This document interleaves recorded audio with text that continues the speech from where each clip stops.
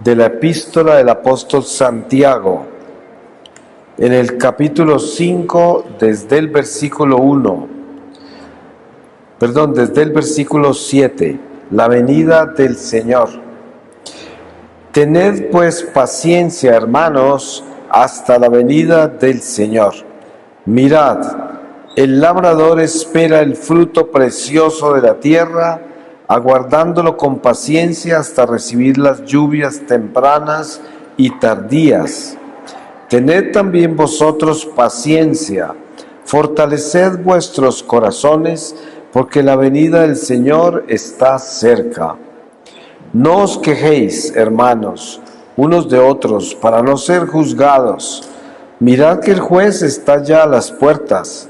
Tomad, hermanos, como modelo de sufrimiento y de paciencia a los profetas que hablaron en nombre del Señor. Mirad cómo proclamaron felices a los que sufrieron con paciencia.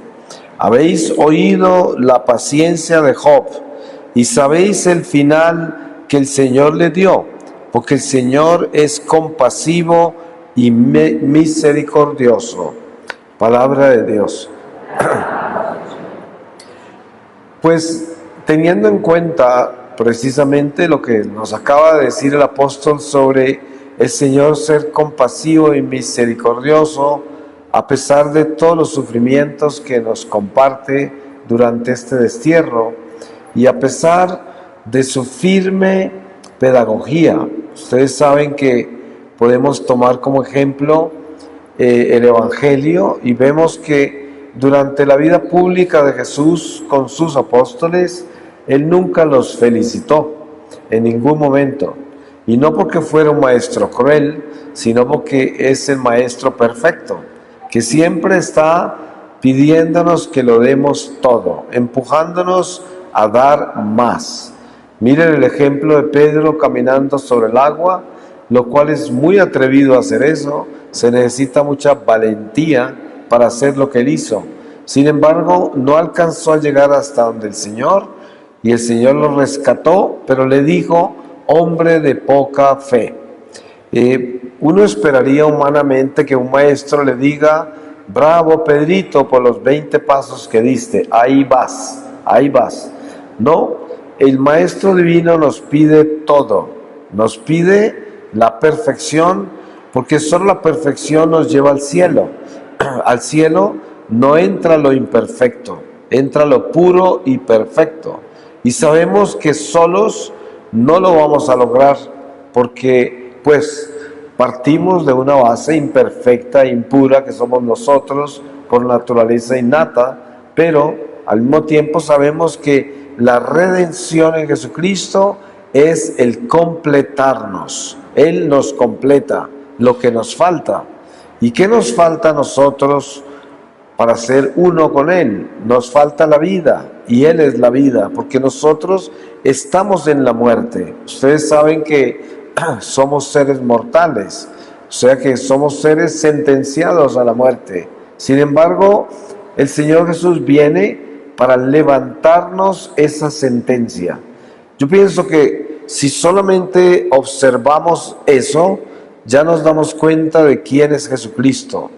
El único que puede hacer eso, porque solo Dios puede hacer eso. Dios fue el que nos sentenció a muerte cuando nos desterró, pero también es el único que puede restaurarnos la vida, y así lo ha hecho en su Hijo Jesucristo. Nos ha levantado la sentencia de muerte. Por lo tanto, lo que buscamos nosotros al querer completarnos, pues es a Jesucristo, que es la vida, porque no nos completaremos hasta que no tengamos vida eterna, porque hasta el momento la única vida que hemos tenido es la temporal, que termina en la tumba. Pero Jesucristo nos ha mostrado cómo salir de la tumba, y por eso murió y luego resucitó, y nos dijo que todos los que lo imitáramos a Él viviríamos lo mismo. Moriríamos, pero resucitaríamos. Y mejor, como lo explica San Pablo, que dice: somos enterrados como cuerpos corruptibles, pero resucitamos como cuerpos incorruptibles. Y esto es algo que queda absolutamente claro en nuestro corazón como doctrina católica, como lo que es nuestra fe, las enseñanzas del Divino Maestro en el Evangelio, que son palabras de vida eterna.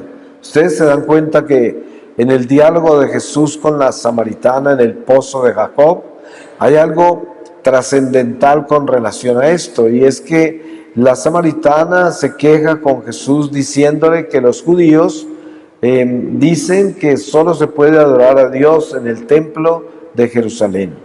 Pero Jesús le dice, llegará un día en que ni en Jerusalén ni en este pozo de Jacob adorarán a Dios, porque lo adorarán en espíritu y verdad. Y cuando él habla de enviar el Paráclito, lo nombra en esa forma y con esas palabras. Les enviaré el Espíritu, que Él les guiará en espíritu y verdad a todo lo que tienen que hacer.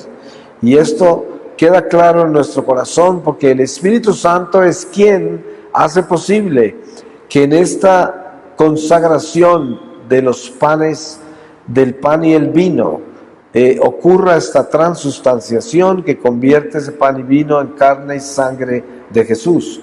Y es porque es Espíritu en verdad y vida el que hace eso posible. Y cuando ya nosotros lo recibimos en la comunión, pues estamos recibiendo una sangre pura del Salvador que viene a limpiar nuestra sangre impura. Y por eso es tan importante tener esa visión de la hostia, que es la fuerza espiritual que viene de lo alto a sanar nuestra sangre y convertirla en sangre buena. Ustedes saben que cuando nosotros tenemos rabia, hasta el color de nuestro rostro cambia, ¿no? Porque la rabia envenena la sangre y las pasiones desordenadas envenenan la sangre. Los pecados envenenan la sangre. Y por eso los sacramentos son aquellos que nos ayudan a ir limpiando la sangre a medida que peregrinamos por este destierro, para que el día que el Señor nos llame no nos encuentre con una sangre maleada. Y esto es lo importante de tener claro de lo que es la Eucaristía.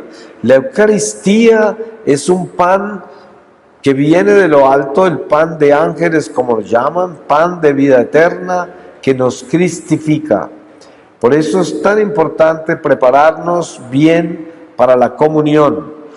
No en vano dice San Pablo, no te atrevas a acercarte al altar del Señor a comer de este pan, si no estás preparado, porque de lo contrario te comes tu propia condenación. Así lo habla con esas palabras y nos damos cuenta de la trascendencia que es la comunión. Es algo que está mucho más allá de nuestro entendimiento y desafortunadamente mucha gente en la iglesia no crece hacia el misterio eucarístico y reciben el pan en una forma prácticamente cultural, como algo que hacen, pero no en algo que trascienden, no en algo que viven místicamente, no en algo que conocen personalmente desde el alma, desde el espíritu, y por eso no se preparan.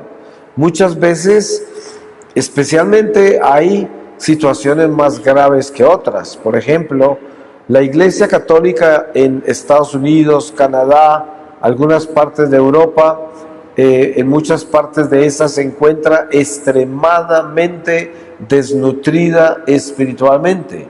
Yo he estado en parroquias en que un domingo en una misa de 500 personas comulgan todos.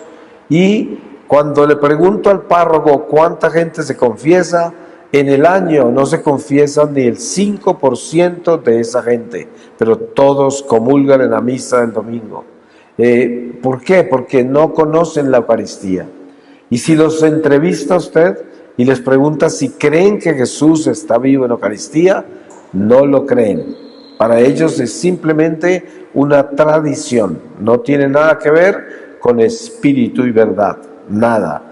Y bueno, no venimos a juzgarlos a ellos, pero venimos a compartir este misterio extraordinario que se nos ha sido dado de manos de Jesucristo, quien fue quien instituyó la Eucaristía en la última cena y quien lo confirmó después de resucitar a los discípulos de Maús. Ustedes saben que cuando Jesús resucita, aparece caminando con esos discípulos que iban todos tristes y decepcionados de regreso a casa, porque habían matado a su profeta, habían matado a quien ellos consideraban el Mesías y estaban aterrados. Pero la palabra que Jesús les hablaba en el camino los llenaba como de un fuego en el corazón, dicen ellos, después de que todo pasó. Pero no fue hasta que se sentó con ellos a cenar que al partir el pan lo vieron. Inmediatamente también desapareció, pero lo vieron cuando partió el pan. Así de que Jesús se aseguró que lo primero que hizo al resucitar es que todos supieran que está vivo en el pan, ahí. Por eso les apareció en esa forma. En el camino no sabían que era Jesús, pero sí cuando partió el pan. Entonces, sabemos que después de eso que se le aparece a los apóstoles, instituye el sacramento de la confesión. Y ahí nos da ese don maravilloso de mantener nuestra amistad con Dios por medio de la reconciliación y también de mantenernos alimentados en una forma extraordinaria para que podamos tener fuerza para ser buenos. Ustedes saben que para ser buenos se necesita ser valiente. Los cobardes son malos porque no necesitan hacer ningún esfuerzo para ser malo. El perezoso se puede volver malo, pero para ser bueno hay que ser valiente, tenemos que atrevernos. Es algo muy atrevido porque tenemos que dejar todo lo que es malo. Y vivimos en un mundo malo y por lo tanto ser bueno en un mundo malo toma un paso extraordinario que solamente lo conseguimos con el Espíritu Santo después de haberle dado el sí a Dios, el sí a nuestra santidad, el sí a nuestro cambio de vida, porque Dios no impone nada en nosotros, Dios espera. Y si yo le doy el fiat, el sí a Dios sobre la voluntad que tengo para ser bueno y la incapacidad que tengo para lograrlo, entonces entra el Espíritu Santo a apoyarnos y a completarnos para llevar a cabo esa intención, que es la intención de la vida. Cuando usted viene a comulgar en gracia de Dios porque tuvo una buena confesión y recibe la comunión, usted siente una fuerza misteriosa en usted que lo mantiene con Dios, lo mantiene luchando contra las tentaciones, lo mantiene con fe, confiando en Dios a pesar de todas las vicisitudes, a pesar de todos los eventos del mundo, a pesar de cualquier estado sorpresivo que le llegue a su vida. Sin embargo, nada le puede quitar el amor de Dios de su corazón. Como dice San Pablo, ¿quién nos podrá separar del amor de Dios? Ni las guerras, ni el hambre, ni las enfermedades, ni la persecución, nada nos podrá separar del amor de Dios. Y precisamente la Eucaristía es la que nos da la fuerza para que eso sea verdad, para que eso sea una realidad, para que tengamos esa fuerza de estar firmes con Dios en todo momento, a pesar de las circunstancias que son imprevistas en nuestra vida y en el mundo. Nosotros no dependemos de este mundo, dependemos de Dios. Y además hemos sido escogidos, seleccionados, puestos aparte para Él. Y por lo tanto no nos va a desamparar. Pero la condición nuestra con Dios es nuestro compromiso con nuestra santidad, como lo decíamos en la reflexión pasada. Ustedes se dan cuenta que cada uno de los apóstoles le tuvo que dar el sí al Señor, porque el Señor nunca los forzó a quererlo, a seguirlo, a creerle. Cada uno tuvo que dar el sí. Durante la pasión del Señor todos se escaparon, menos Juan. Y luego, cuando el Señor resucita, Durante 40 días estuvo con ellos apareciéndose, y ninguno de ellos tuvo la fortaleza de ir a ninguna parte a contar que Jesús había resucitado durante esos 40 días. No fue hasta que Él, después de 9 días de haberse ascendido al cielo, les envió el Espíritu Santo, el Paráclito, que ya tomaron fuerza, se transformaron y se fueron a llevar las buenas nuevas del Evangelio, empujados por un viento extraordinario que soplaba en sus espaldas y que los llevaba por todo el mundo a testificar ese Jesús resucitado. Y precisamente ellos, cada uno, después de recibir el Espíritu Santo, estaban ya dispuestos a morir por Jesús. Ustedes saben que la razón por la cual ellos huyeron de la pasión del Señor y huyeron de ir a decirle a la gente que Él había resucitado es porque ellos no estaban preparados para morir por Jesús. No tenían esa fuerza. Esa fuerza solo vive del Espíritu Santo. Y yo les pregunto, ustedes viven en una nación que tiene una historia extraordinaria de martirio, como los cristeros, ¿no? ¿Y qué pasó durante ese tiempo de martirio?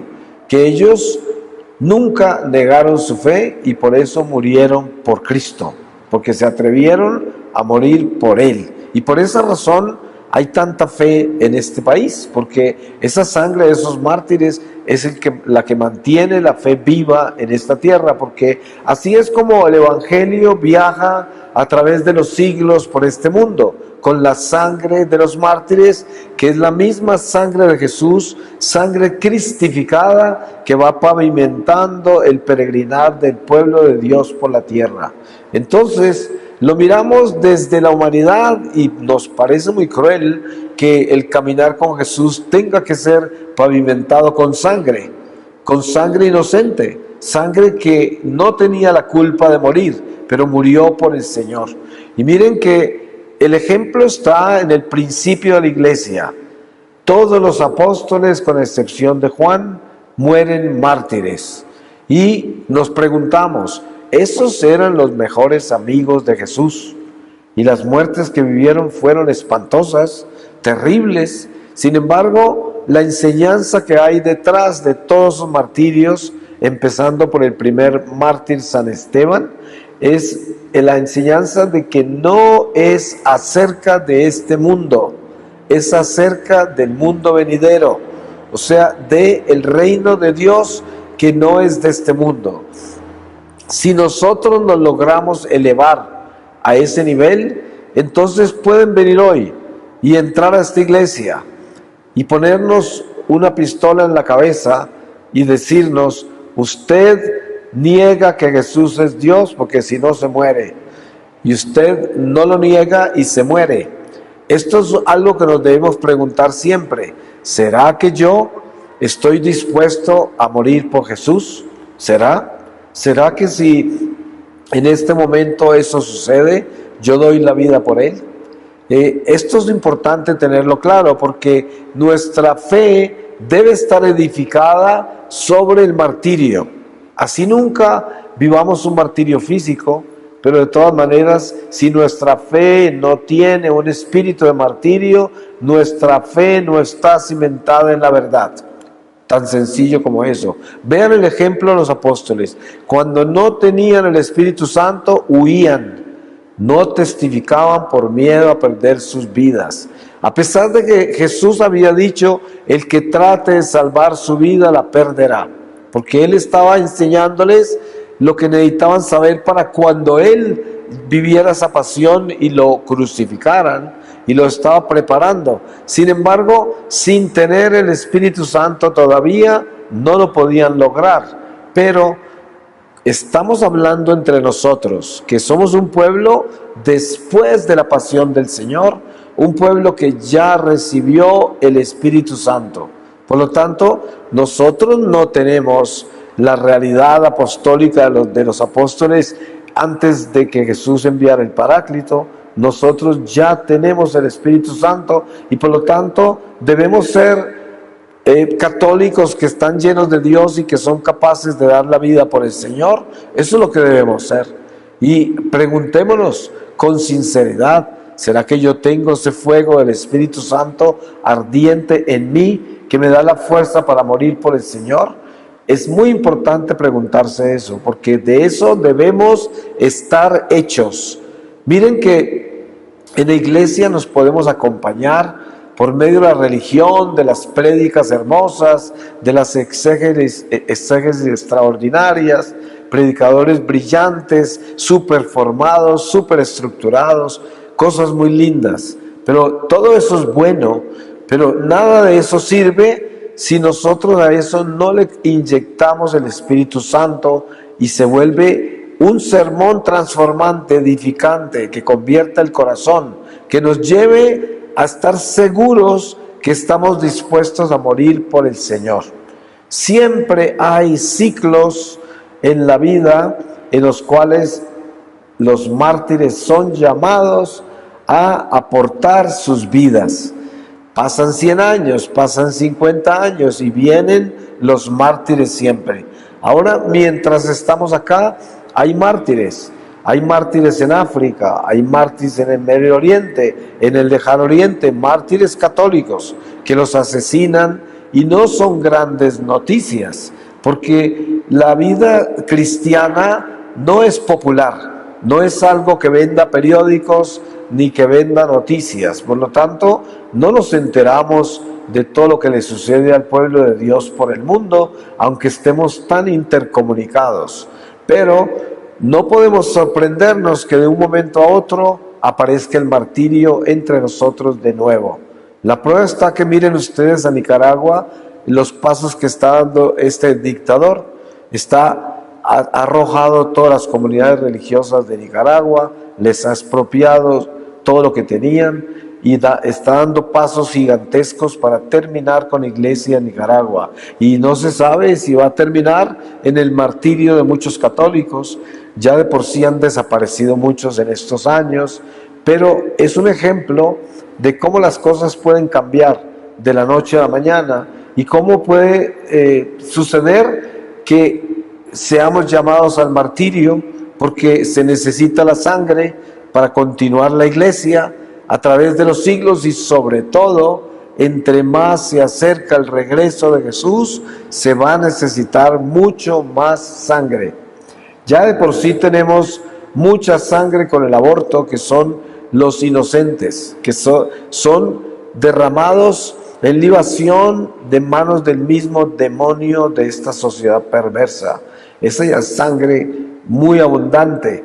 Lo que pasa es que esa sangre también exige reparación, y por eso también viene la sangre de los mártires de la iglesia, que son aquellos que, por ejemplo, estamos en este lugar y vienen y nos eliminan y quedamos muertos en este templo, y seríamos esos mártires que esta sangre el Señor la usaría para que continúe la iglesia peregrinando hasta el regreso del Señor. Si tenemos clara la realidad del sacrificio de la sangre, entonces entendemos la Eucaristía, porque precisamente la Eucaristía es la que nos da a nosotros una realidad mística, trascendental, que nos enseña a que en ese pan insípido que hay ahí está Dios, y por lo tanto Dios quiere que nos convirtamos en ese pan insípido. Miren ustedes que pan ácimo es lo que Dios quiere que seamos, panes ácimos. Los panes aliñados y llenos de levadura son los que quiere comerse el mundo. El espíritu del mundo quiere que usted sea un pan súper aliñado, un pan lleno de levadura, hermoso, grande, atractivo, para que se lo consuma el mundo. Este es el banquete del mundo. Y por eso toda la gloria que le dan a la salud física, a la belleza física, porque eso es el pan aliñado. Pero el Señor, por medio del misterio eucarístico, nos llama a imitar esa presencia de Dios entre nosotros, que es una presencia insípida, un pan ácimo, un pan que no está aliñado, pero es un pan de vida eterna. Y por eso El trabajo nuestro es a buscar cómo sacar la levadura de nuestro corazón, de nuestro ser. Eliminar el orgullo, la pretensión, la vanidad, la autosuficiencia, el egoísmo. Todo eso es la levadura. Y tenemos que bajarle el volumen a todo eso y empezar a vaciarnos de sí mismos para que el Señor crezca en nosotros. Ustedes saben que ese es el llamado del apóstol. San Juan Bautista dice: yo tengo que disminuir para que Él crezca. Y luego San Pablo al final de su vida dice: ya no soy yo el que vive, sino Cristo el que vive en mí.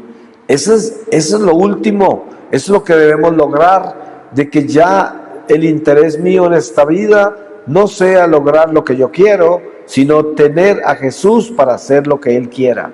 Esto es, entonces es un cambio muy grande, y precisamente la Eucaristía nos lleva a nosotros a través de esa concientización, a través de esa preparación del alma para encontrar ese descanso eterno en Jesucristo. He aprendido algo sobre el sagrario de la parroquia.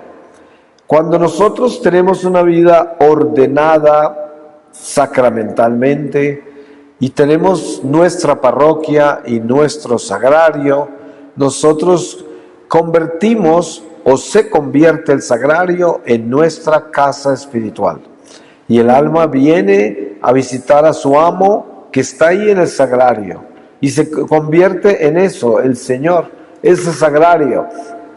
Cuando la persona muere, instantáneamente se viene hacia su sagrario, el alma se viene al sagrario. Y por eso la relación íntima con el Señor Eucaristía nos da a nosotros la luz suficiente para que en la transición de esta vida a la otra, la tentación en el momento de la muerte pierda mucha fuerza, porque el alma no queda confundida ni perdida, el alma tiene para dónde irse, se va para donde su Señor. Sí, muchas almas, incluso de católicos, en el momento de la muerte quedan muy confundidas, no tienen cómo defenderse, y claro, pues viene la fuerza de la economía espiritual de cada alma que la rescata. Pero cuando una persona tiene la localización espiritual en la Eucaristía, en el sagrario, esa alma instantáneamente se va hacia el sagrario y los demonios no pueden detenerla, y todo lo que le están diciendo para tentarla, disminuirla, confundirla, solo llega hasta que esté el alma al lado de Jesús. Ahí termina todo. Y esto es algo muy precioso para tenerlo claro, porque en realidad la relación que tenemos con la adoración al Santísimo, la relación que tenemos con la comunión y la preparación para recibirla, de eso está hecha la luz que tendremos al final de esta vida. Qué importante que es tenerlo claro, qué importante que es entender que la Eucaristía verdaderamente es lo que nos dice la Iglesia, es pan de vida eterna, o sea, luz que viene de la eternidad, porque es el mismo Jesús, ese sol radiante que irradia desde el Santísimo expuesto, es el mismo sol que ilumina la Santa Jerusalén del cielo, porque la Santa Jerusalén del cielo ya no depende de astros, no depende del sol, ni las estrellas, ni la luna, tampoco depende de luces artificiales, solo la luz de Dios ilumina para siempre la ciudad eterna. Y por eso la Eucaristía es como un saborear lo que viene, es recibir esa luz que nos va a alumbrar por toda la eternidad el día que lleguemos a la ciudad de Dios, el día que lleguemos a la gloria eterna del Señor y entremos en la Santa Jerusalén. Ustedes saben que hay salmos preciosos que hablan de las tribus del Señor que escalan esa montaña de Sión y van hacia la tierra prometida, la Santa Jerusalén del cielo, allá donde suben las tribus del Señor. Y nosotros somos escogidos, hemos sido injertados en esas tribus para que podamos como pueblo de Dios, participar en un banquete al cual fuimos invitados, cada uno de nosotros. Y es un banquete que nunca termina. Son las bodas con el Cordero, un matrimonio eterno. Y precisamente ese matrimonio eterno está definido en la Eucaristía, en todo sentido. Cuando usted mira de qué está hecha la Eucaristía está hecha del sacrificio de Jesucristo, que es el Cordero Divino que degollan, que derraman su sangre, pero que resucita. Y esa es la Eucaristía, y es lo que vivimos en la misa. Se vive todo el sacrificio, la pasión, la muerte, se vive la resurrección y se vive la promesa de vida eterna en un pan que nos alimenta para la vida eterna, que nos da fuerza para ser buenos. Como decía antes, si no tenemos en nuestro corazón una decisión formada, verdaderamente firme para ser buenos, pues ¿qué estamos haciendo? Es como, hace poco una señora viene con su hija y me dice, ¿qué le diría usted a mi hija porque se va a hacer una experiencia a una comunidad religiosa? Y yo le dije, mire, lo único que yo le podría decir sería, si no se va con su santidad, no se vaya. Porque la iglesia no necesita más gente mediocre, ni tibia en la vida religiosa, sacerdotal, ni en el matrimonio, ni en la vida del laico común. Necesitamos santos, porque este mundo está endemoniado. Y la única esperanza que hay es que nosotros, como pueblo de Dios, nos santifiquemos. Lo mismo le decía a un seminarista hace unos días atrás, que me estaba preguntando qué consejo le puedo dar. Y yo le decía, si se atrevió a irse al seminario, que es la vocación sagrada, porque no hay un ser humano en el mundo más poderoso que un sacerdote santo. Pero a pocos que hay. ¿Y por qué razón? Porque no se dan cuenta que si me fui al seminario, me fui hacia la santidad. No me fui a conseguir empleo, ni a conseguir un estatus distinguido, ni me fui a una aventura religiosa, me fui a ser santo, porque por eso me fui. Entonces ni se atreva a irse a una experiencia religiosa o sacerdotal, o a casarse, si usted no se fue a santificarse, porque entonces ¿qué estamos haciendo? Y realmente de eso tenemos que hablar. Por eso decía, ¿qué nos ganamos con traer toda la teología hermosa y todos los talleres y enseñanzas y todo esto, si no estamos hablando de que cada uno de nosotros tiene que darle el sí a Dios de nuestra santidad, de nuestra transformación? Porque vivimos en un mundo absolutamente perverso y depravado. Y este mundo está endemoniado. La única esperanza es que nosotros seamos luz. Y yo le aseguro que usted se llena de luz y solo con pasar por las calles, por estar en el mundo, está salvando almas en su silencio, porque Dios hace eso desde su santidad. Mucha gente me pregunta, ¿cómo hago yo para ayudar a mis hijos que no están en la fe y que no escuchan nada de lo que les digo y cada vez los veo más confundidos y más lejos de Dios? Y la única respuesta es, lo único que podemos aportar para el bien de los nuestros y de los que Dios nos confía es nuestra santidad, porque las palabras a veces no son suficientes, pero lo que sí es suficiente es que si yo soy fiel a Dios, Él es más fiel todavía y bendecirá a todos los que Él me confió. Por eso la bendición sale de mí. Si usted quiere tanto a su familia, si le preocupan tanto sus hijos, si esa es su mayor preocupación, entonces déles lo más importante y lo único que funciona, su santidad. No hay nada más que valga más que eso, y es lo único que funciona, nadie más, nada más. Y cada uno de nosotros llevamos nuestra carga con relación a eso, porque en todas las familias se cuecen habas, como dicen, habas, digo, y por eso debemos tener claro que el trabajo comienza en casa. Como dicen, la caridad comienza en casa. O sea, hablamos de la casa del corazón, la casa de nuestro interior. Ahí es donde debemos cambiar todo. Y para eso se necesita ser valiente. Hay que ser valiente para atreverse a ser bueno y perdonar y santificarnos, limpiarnos de todo lo que tenemos en nosotros que no es de Dios y que lo llevamos ahí como contemplado, como un amante malo a quien le damos asilo en el corazón sabiendo que nos está destruyendo. Porque ese es el pecado. El pecado es un amante malo. Tenemos un amor con él y es un amor destructor. Y atrevernos a renunciar a esos amantes malos del pecado, para eso se necesita valentía. Y esa valentía se consigue con la Eucaristía. Esa valentía se consigue con la reconciliación con Dios y con el prójimo.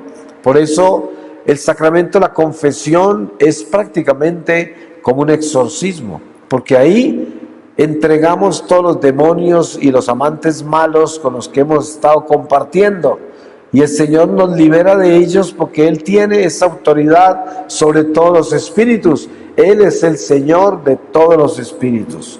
Y si nosotros llevamos amarrados esos amantes malos a la confesión, ahí los colocan en las prisiones eternas y los separan de nosotros. Y ya cuando comulgamos tenemos la fuerza del Señor y ahí podemos continuar caminando hacia la transformación extraordinaria de convertirnos en personas buenas. Y cuando estamos caminando así, somos luz para este mundo. Y no por lo que digamos, sino por lo que somos.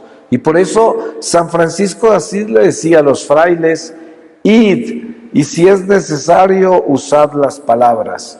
No se trataba de lo que iban a decir, sino de llevar a todas partes ese Jesús que ya tenían en sus corazones. Y los jóvenes se enamoraban de sus frailes solo con verlos pasar. Pero no era de los frailes que se enamoraban de lo que ellos llevaban.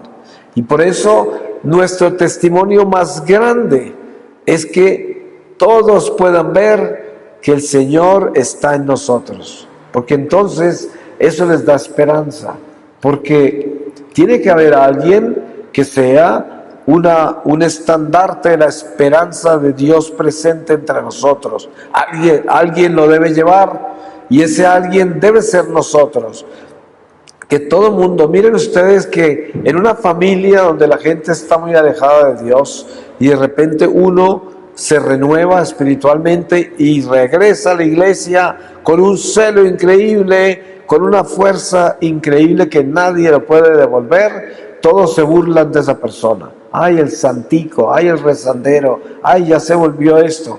Pero el día que cualquiera de ellos que se han burlado del santico tenga algún problema grave, ¿a dónde se van? Donde ese del que se burlaban, porque saben que ahí está la luz, ahí está Dios, ahí está la fuerza, aunque se burlaban de eso. Pero es la realidad. No importa la persecución que nos ganemos, no importa lo que piensen de nosotros, lo que importa es que todos saben que cuando llevamos a Dios, nadie puede apagar esa luz. Es una luz que viene de lo alto y nadie la puede apagar. Y por eso, tener esa luz en nuestra vida es el llamado más importante para nosotros como católicos. Necesitamos tener esa llama encendida. Y no una llama tímida, sino una llama que por donde pase siembre un incendio. Por eso Jesús decía: vine a traer un fuego. Y cómo me gustaría que todo estuviera en llamas ya. Y él hablaba del incendio del amor, el incendio de la vida, el incendio de la resurrección. Y eso somos nosotros, somos ese fuego, porque esa llama está encendida en nosotros desde el bautismo. Y esa llama la debemos mantener muy alta, muy encendida, para que por donde pasemos haya incendio del amor de Dios. Y eso se da por obra del Espíritu Santo. Eso no se da por obra nuestra, no es posible. Pero el Espíritu Santo sí lo hace. Por eso dice la palabra: Dios nos da 1000 por uno. Porque así de justo es Dios y así de generoso. Le damos un pedacito así y el Señor se desborda en gracias para nosotros.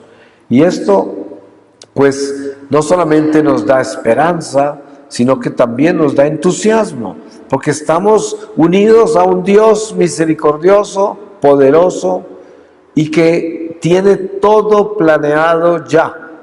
Es muy lindo llegar a entender que nosotros somos parte de un plan divino, el plan de la salvación, la economía de la salvación, que es todo lo que ocurre desde la encarnación del Señor hasta su regreso, pero que ha sido preparado desde antaño.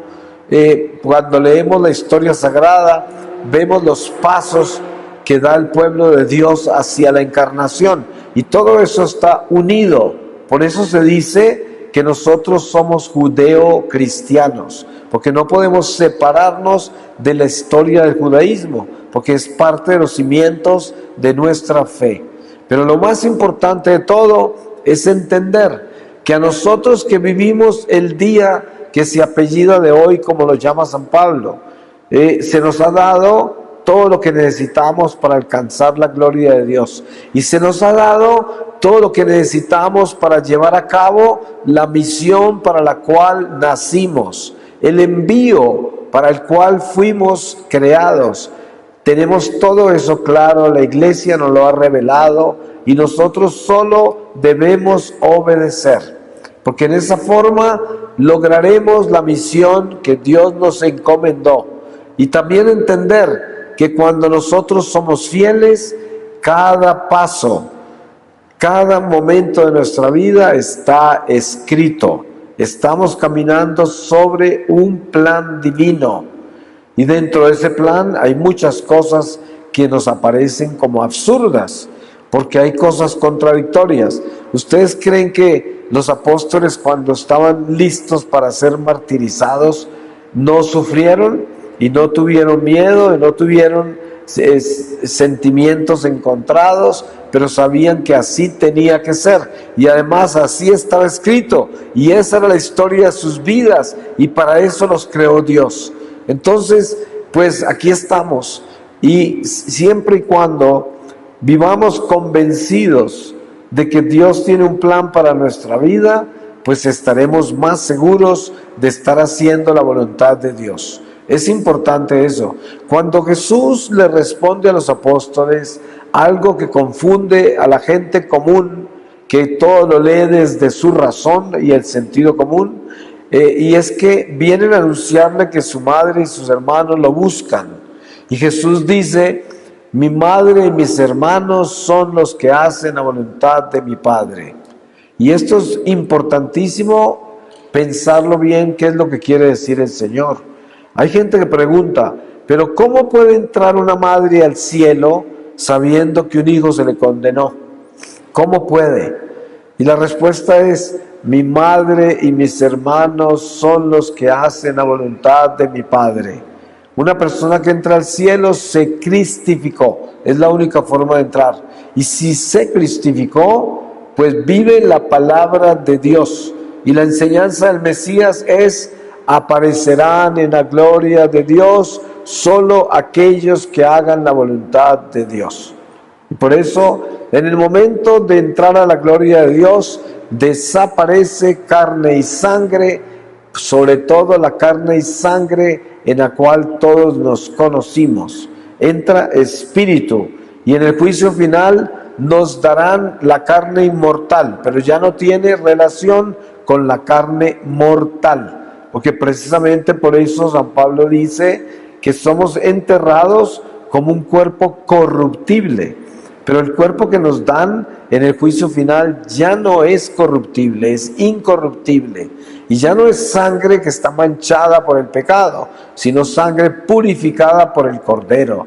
Entonces ya no hay relación de sangre a sangre. Ustedes se acuerdan de un pasaje donde Jesús está discutiendo con los saduceos que no creían en la resurrección, y lo tentaron preguntándole: pero entonces una mujer que enviudó y no le dio hijos, el hombre que murió, por ley judaica tenía que casarse con el hermano que seguía en edad, y así se casó con 7 hermanos y ninguno le dio hijos, y después murió ella. y en forma de burla le decían: ¿y de quién será esposa en la vida eterna? Porque entonces, ¿cómo iba a solucionar eso el Señor? Y la respuesta del Señor es: de ninguno, porque seréis como ángeles. Y des en cuenta la diferencia. Ya no vamos a ser esposo y esposa, madres e hijos. No, seremos como espíritus de Dios que están por encima y más allá de la sangre, más allá de las relaciones imperfectas temporales de este mundo. Seremos espíritus de Dios. Y Jesús dice: seréis como ángeles de Dios. No ángeles, porque los ángeles tienen naturaleza angelical y nosotros tenemos naturaleza humana, y esa naturaleza permanecerá para siempre. Sin embargo, al decir como ángeles, quiere decir como espíritus de Dios. Y esto, cuando está claro, entendemos la diferencia entre este mundo y el que nos espera. Son dos dimensiones aparte, hasta el punto que Jesús, hablando del profeta más grande que ha habido y que habrá, así lo llamó él, a San Juan Bautista, decía: pero a pesar de Juan ser lo que es, el más pequeño en el cielo es más grande que él. Y esto nos da una idea de qué es lo que el Señor quiere mostrarnos de la gloria eterna. Algo inconcebible para nosotros, pero es lo que nos espera. Y por eso hoy nuestra aspiración más grande debe ser elevarnos lo más alto que podamos hacia la luz, hacia el reino de Dios. Y eso lo podemos hacer desde acá, desde ahora. Miren ustedes las alturas que alcanzaron los apóstoles y todos los mártires a través de los tiempos. Solo Dios sabe cuán alto volaron, pero nuestra ambición más grande debe ser tener alas muy grandes para tener un alto vuelo, un vuelo de alto alcance al final de esta vida. Por eso la Eucaristía se convierte en la fuente de fortaleza, fuente de vida eterna, pan de vida, y debemos tenerlo muy claro y estar muy cerca a Jesús Eucaristía. Voy a leerles de la primera epístola de San Juan, en el capítulo 4, desde el versículo 1, dice: tercera condición, guardarse de los anticristos y del mundo. Queridos, no os fiéis de cualquier espíritu, antes bien, examinad si los espíritus son de Dios, pues muchos falsos profetas han venido al mundo. En esto reconoceréis al Espíritu de Dios. Todo espíritu que confiesa a Jesucristo venido en carne mortal es de Dios, y todo espíritu que no confiesa a Jesús no es de Dios. Ese tal es del anticristo, de quien habéis oído que iba a venir. Pues bien, ya está en el mundo. Vosotros, hijos míos, sois de Dios y lo habéis vencido. Pues el que está en vosotros es más que el que está en el mundo. Ellos son del mundo, por eso hablan según el mundo, y el mundo los escucha. Nosotros somos de Dios. El que conoce a Dios nos escucha. El que no es de Dios no nos escucha. En esto reconocemos el espíritu de la verdad y el espíritu del error. Palabra de Dios. Pues yo le doy muchas gracias a Dios por todos ustedes, por esta parroquia, por sus pastores, sus sacerdotes, porque pues es una bendición muy grande poder compartir nuestra fe, los misterios de nuestra fe y acompañarnos en nuestro caminar, porque pues es muy corta nuestra vida, en cualquier momento nos llama el Señor, y qué lindo es mantener nuestra mirada en el Señor y saber que todos juntos estuvimos de acuerdo en un solo corazón de que Jesús es nuestro Señor, de que la Eucaristía es el don más maravilloso que nos ha dado el Padre Celestial, y de que unidos formamos una fortaleza del cuerpo místico de Dios que salva muchas almas. Y eso es demasiado grande, y por eso le damos gracias a Dios. Que el Señor los bendiga y les bendiga todo lo que tienen en sus corazones, que solo Él lo conoce. Solo Él conoce el corazón de cada uno de nosotros, pero que les bendiga todo lo que traen ahí en ese corazón. que los bendiga y sobre todo que los proteja del maligno. Es lo más importante, para que así podamos llevar a cabo la misión que Dios nos encomendó. Amén.